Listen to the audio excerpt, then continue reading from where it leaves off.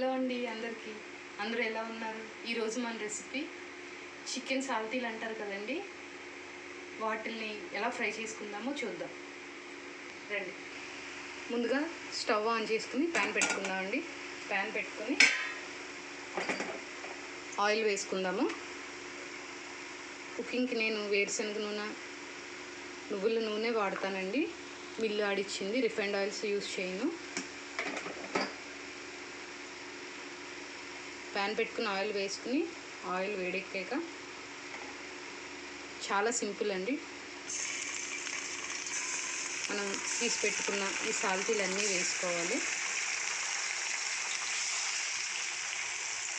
Fry కాబట్టి కొంచెం oil ఎక్కువే పడుతుంది.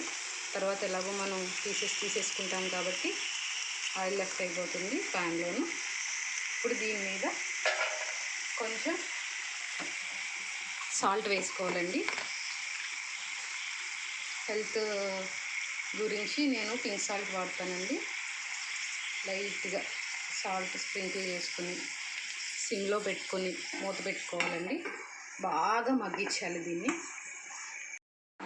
ఇప్పుడు ఒకసారి మూత తీసి చూద్దామండి ఎంతవరకు అయ్యిందనేది. ఇదిగోండి మగ్గుతుంది. ఇలాగా మొత్తం వీటిలోంచి వాటర్ అంతా ఇలా సెపరేట్ అవుతుందండి. ఈ వాటర్ అంతా ఎగిరిపోయి ముక్కలు ఒకటి ఉండే వరకు మనం దీన్ని మగ్గించుకోవాలండి. ఇప్పుడు కొంచెం పసుపు వేద్దాము.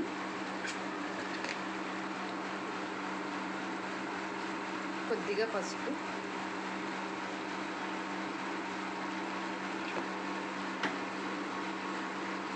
ఇప్పుడు ఒకసారి కలుపుకొని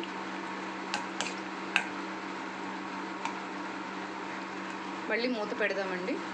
మొత్తం వాటర్ అంతా ఎగిరిపోయే వరకు మనం ఇలా మూత పెట్టుకుని మగ్గించుకోవాలి. ఒకసారి మూత తీసి చూద్దామండి. వావ్, చూడండి మనకి వాటర్ అంతా ఎగిరిపోయి ఆయిల్ నుంచి సెపరేట్ అయిందండి. ఇప్పుడు ఈ పీసెస్ని మనం ఇలానే మూత తీసేసి ఫ్రై చేసుకోవాలండి. బాగా దగ్గరికి ఫ్రై అయ్యే వరకు బాగా వేగినాయండి. ఇప్పుడు మనం కొంచెం కారం,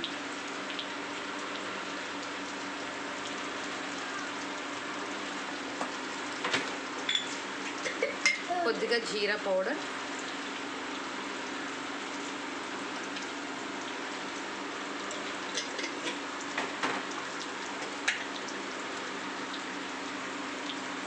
అలాగే కొంచెం ధనియా పౌడర్,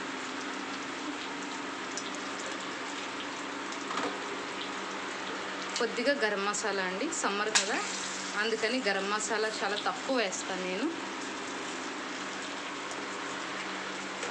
ఇవన్నీ వేసుకుని ఒకసారి కలుపుకోవాలండి.